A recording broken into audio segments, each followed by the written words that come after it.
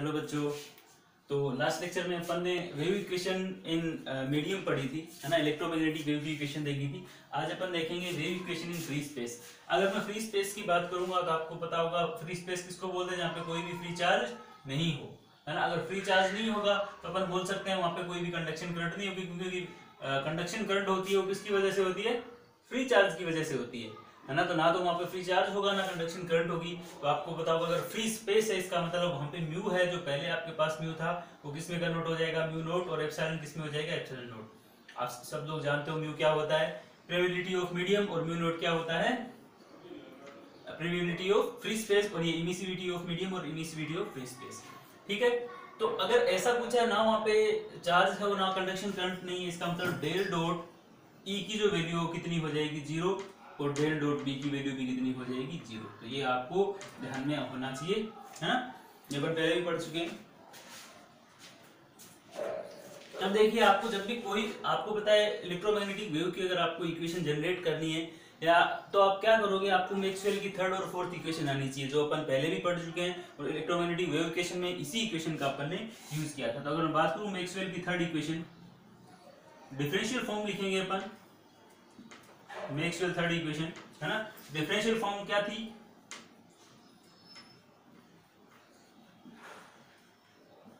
ये थी बच्चों, है ना, del cross E equal to minus del B by D T, है ना। अगर इसको थोड़ा सा और अच्छे तरीके से लिखूं मैं,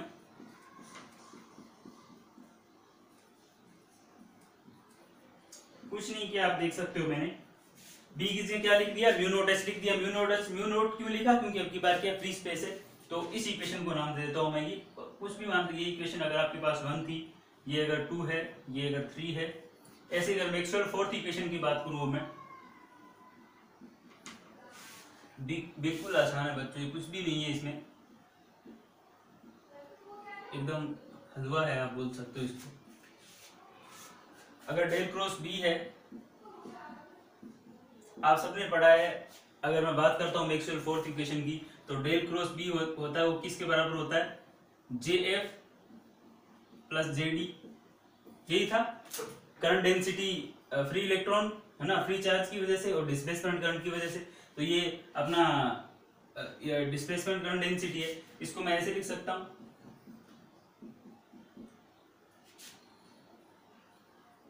अगर फ्री स्पेस के लिए लिख रहा हूं। लेकिन आपको पता है कि यहाँ पे कोई भी चार्ज नहीं है, इसका मतलब कंडक्शन करंट कितना हो जाएगा, जीरो हो जाएगा। क्या केवल क्या बचेगा, जेडी, और जेडी की जगह क्या लिखा जा सकता है,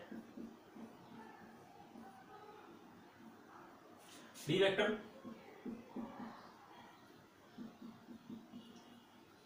और डी होता क्या है, एप्सिलॉन नॉट ई। डी का क्या होता है अपना, एप्सिलॉन नॉट ई, है ना। डी डिस्प्लेसमेंट वेक्टर है। अभी की जगह आपकी बार फिर यहाँ पे क्या लिख देता हूं मैं, mu naught del cross H, तो यहाँ से म्यू नोट है epsilon naught del E by del T, और म्यू नोट से म्यू नोट क्या हो जाएगा, कैंसिल, और डेल क्रॉस एच की वैल्यू क्या आ जाएगी आपके पास यहाँ से, epsilon naught del E by del T. आप कुछ देख रहे हो, जो ई था इसको मैं किसके टर्म में लिया, एच के टर्म में, और एच था वो इसको टर्म में लिया, ई की टर्म में। ये दोनों इक्वेशन आपके काम की है। तो ये इक्वेशन अगर ये 3 थी, इस इक्वेशन को नाम दे दूं मैं 4, है ना। ये इक्वेशन मेरी है 5। ठीक है, अब जल्दी से नोट डाउन कर लीजिए।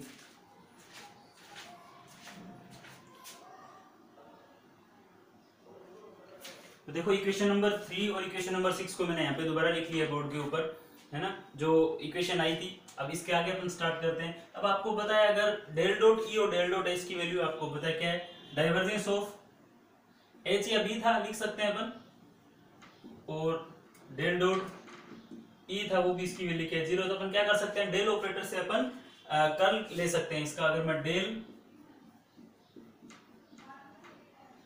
ई लेता हूं तो आपको पता है यहां से क्या लिख सकता हूं मैं, minus mu naught del upon del T, और यहाँ पे हो जाएगा डेल क्रॉस एच।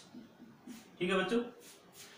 तो इसका अगर अपन करते हैं तो आपके पास आएगा del dot E minus del square E equals to, मैंने सिंपल सा इस फॉर्मूले को ओपन किया, minus mu naught del upon del T और डेल क्रॉस एच की वैल्यू आपको पता होगी क्या है, एप्सिलॉन नोट ये है del E by del T, ये वाली वैल्यू है। ये डेल क्रॉस एच की वैल्यू मैंने यहाँ पे पुट कर दी है। देखो ये तो आपको पता है जीरो है, क्योंकि क्या है फ्री स्पेस में माइनस से माइनस कैंसिल हो जाएगा और इसकी वैल्यू आ जाएगी del square E equals to epsilon naught बाहर आ जाएगा, म्यू नोट एप्सिलॉन नोट, ये डेल बाई डेल टी है कि यहाँ पे और एक डेल बाई डेल टी यहाँ पे, तो क्या हो जाएगा डेल स्क्वायर, क्योंकि del E by del T का क्या हो जाएगा डबल इंटीग्रेशन हो जाएगा। तो ये आपके पास क्या आ गई, एक इक्वेशन आ गई डेल स्क्वायर ई की। इस इक्वेशन को नाम दे देता हूँ मैं इक्वेशन नंबर 7 बच्चों। ठीक है, बिल्कुल आसान है। ऐसे ही मैं किसके लिए करता हूं, डेल ई के लिए। सेम अगर डेल क्रॉस एस के लिए करूं मैं, कुछ भी नहीं है बच्चों, फिर बता देता हूं आपको, बिल्कुल आसान है, सिंपल सा वही करना है। डेल क्रॉस एस से किया तो इधर आपके पास आ जाएगा epsilon naught del upon del T, और यहाँ पे del cross E. Simple mathematics है। और डेल क्रॉस ई की वैल्यू आपको पता है कितनी है, del upon del t, del cross E की value minus mu naught del H upon del t. ठीक है, इसका आपको पता है पहले वाला टर्म उसकी तरह ही कितना हो जाएगा, जीरो, और यहाँ बचेगा केवल माइनस डेल स्क्वायर एच, है ना। एक माइनस ये माइनस से माइनस कैंसिल होगा, तो डेल स्क्वायर एच की वैल्यू कितनी आएगी, epsilon naught mu naught del square H upon del T square. तो बच्चों एक इक्वेशन आपके पास क्या आ गई, ये बच्चों ये दोनों इक्वेशन को ये अपन क्या बोलते हैं, wave equation in free space, है ना। ये इलेक्ट्रोमैग्नेटिक वेव की इक्वेशन है किसमें, फ्री स्पेस में, है ना। तो आपको समझ में आ गया। और इस इक्वेशन नंबर 7 को और इक्वेशन नंबर 8 को ही क्या बोलते हैं, देख सकते हो आप, डबल डिफरेंशियल, इसका पार्शियल डिफरेंशियल इक्वेशन है, सेकंड ऑर्डर की है, और आपके पास इलेक्ट्रिक फील्ड और मैग्नेटिक फील्ड इंटेंसिटी दोनों की वैल्यू है इसमें, तो आप आसानी से इसको देख सकते हो। अब देखिए आपके पास इक्वेशन तो आ गई, लेकिन कई बार क्या होता है कि आपसे एक टर्म पूछ लिया जाता है, क्या टर्म है वो, इसकी वैल्यू पूछ ली जाती है कि E Y upon H X equal to mu naught upon epsilon naught under root. एक छोटा सा डेरिवेशन कई बार एग्जाम में पूछ लिया जाता है कि ये क्या है ना। तो देखो आपको पता है अगर इलेक्ट्रोमैग्नेटिक वेव है तो ये 3D वेव है ना, हर डायरेक्शन में ट्रेवल करती है, आपको पता होगा। तो अगर मैं इसके कंपोनेंट लेता हूं, जैसे इसके अंदर इलेक्ट्रिक फील्ड, ये आप नोट डाउन कर लीजिए, इसके बाद अपन स्टार्ट करते हैं।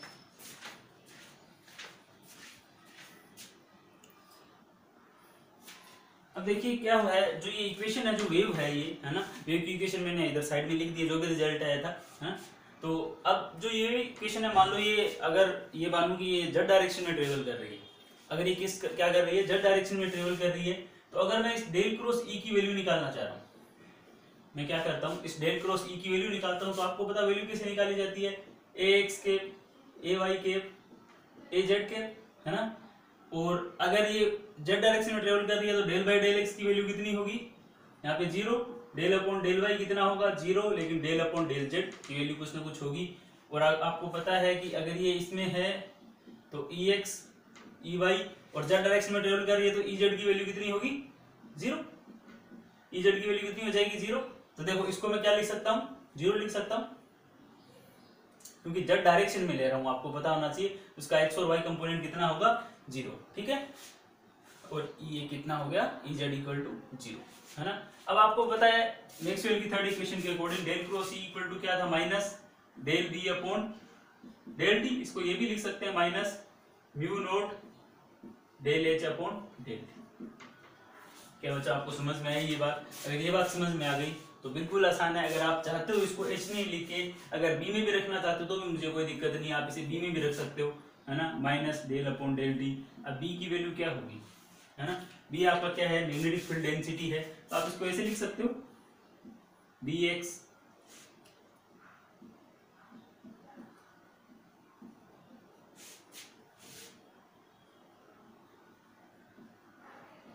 कोई दिक्कत नहीं है ना। और इसको अगर सोल्व करते हो आप डेल क्रॉस ई, ये बेसिक सा अगर आपके आ जाए एग्जाम में तो इसलिए बता रहा हूँ कि आप इसको ऐसे सोल्व कर सकते हो। सोल्व करने का तरीका बता रहा हूँ, ये जरूरी नहीं है कि एग्जाम में आए, बहुत सारे बुक में ये दिया भी नहीं है ना। तो इसलिए मैं आपको नॉलेज के हिसाब से बता रहा हूँ कि अब इसको आपको सोल्व करना है तो सिंपल सी मैट्रिक्स है, इस मैट्रिक्स को आप सोल्व कर लीजिए, इसके जो भी कंपोनेंट आएंगे इस कंपोनेंट को आप कंपेयर कर लीजिए। ऐसा ही सेम आप किसके लिए कर सकते हो, डेल क्रॉस एच के लिए कर सकते हो। है ना। सिंपल सिंपल वही जेड डायरेक्शन में, क्योंकि अगर ये जेड डायरेक्शन में ट्रेवल कर रही है तो इलेक्ट्रिक फील्ड और मैग्नेटिक फील्ड भी तो वही होंगे, है ना। तो दोनों केस में आप वैल्यू निकालिए, दोनों को कंपेयर कर लीजिए, और अगर आप कंपेयर करोगे तो आपको EY/HX की अगर वैल्यू आएगी बाद में, क्योंकि आप देख सकते हो अब E का Y कंपोनेंट ये रहा EY ना, और HX का आप कंपैरिजन करोगे तो आपके पास वैल्यू आ जाएगी mu naught upon epsilon not का अंडर, है ना। इसके लिए मैं आपको ये बता रहा था, ये ज्यादा बताने वाली चीज नहीं है, क्योंकि अब इसको आप सोल्व करोगे, आप सोल्व कर लीजिए। अगर AX के लिए देखना है आपको ये, है ना, तो ये आ जाएगा AX के लिए देखना है तो आएगा del upon del Z EY, ठीक है। अगर AY के लिए चेक करोगे, AY के लिए चेक करोगे इधर से तो ये हो जाएगा 0, ये हो जाएगा minus del upon del Z EX, है ना। ऐसे ही AZ के लिए चेक करोगे तो ये दोनों क्या हो जाएंगे 0, तो ये क्या हो जाएगा 0। अब ये कंपोनेंट AX और AY है, इसके AX और AY से आप कंपेयर करके देख लो। AX से कंपेयर करोगे तो यहाँ पे AX का टर्म कौन सा है, ये वाला टर्म है del EY upon del Z, ये किसके, यहाँ पे AX का कंपोनेंट कौन सा है, ये वाला, तो ये हो जाएगा minus del BX upon del, है ना। तो ऐसे आप आराम से क्या कर सकते हो, कंपैरिजन कर सकते हो, कंपैरिजन करके आप वैल्यू निकाल सकते हो EY और HX की। तो वैल्यू निकालोगे वो आसानी से आ जाएगी, जो भी वैल्यू ये वैल्यू आनी है वो, है ना। तो ये आपकी वेव इक्वेशन कंप्लीट होती है, इसमें मैंने सारा कंप्लीट कर दिया। आप सभी को एक थोड़ा सा और मैं बताना चाहूँगा कि अभी भी आप घर पे रहें, हो सकता है कई जगह लॉकडाउन खुल जाए, है ना, लेकिन आप ये ना समझें कि लॉकडाउन खुला है तो आप बाहर घूमना स्टार्ट कर दें, है ना, क्योंकि बहुत सारी मजबूरियां होती है गवर्नमेंट की भी, है ना, क्योंकि अगर फाइनेंशियल कंडीशन देखी जाती है वो भी देखना होता है कि वो भी खराब ना हो ज़्यादा, हो सकता है कहीं कहीं लॉकडाउन में ढील दे दें आप सबको, है ना। लेकिन इसका मतलब ये नहीं है, अगर आपको बहुत ज़्यादा इंपॉर्टेंट है, बहुत ज़्यादा इमरजेंसी है, तभी आप घर से बाहर जाएं, अन्यथा आप घर से बाहर ना जाएं, घर पे रहें, कोशिश करें कि सारा काम घर से ही करें, है ना। अगर बहुत ज़्यादा ज़रूरी हो जाती है, जैसे मेडिकल इमरजेंसी में, मेडिकल इमरजेंसी से ज़्यादा नहीं मानता कुछ भी, कि अगर उस केस में आपकी तबीयत बहुत ज़्यादा ख़राब है तो आप बाहर जाइए, है ना। और आपको सिम्टम्स लगते हैं ऐसे कि जुकाम है या कुछ भी ऐसा लग रहा है जो कोरोना के सिम्टम्स है, तो आप जाके बिल्कुल चेक करवा के आइए, आप कॉल कीजिए, क्योंकि अच्छी फैसिलिटी दी हुई है गवर्नमेंट की, आप कॉल करके पूछ सकते हैं कि सर मेरी ये दिक्कत है, क्या मैं मुझे चेक करवाना चाहिए, वो बता देंगे।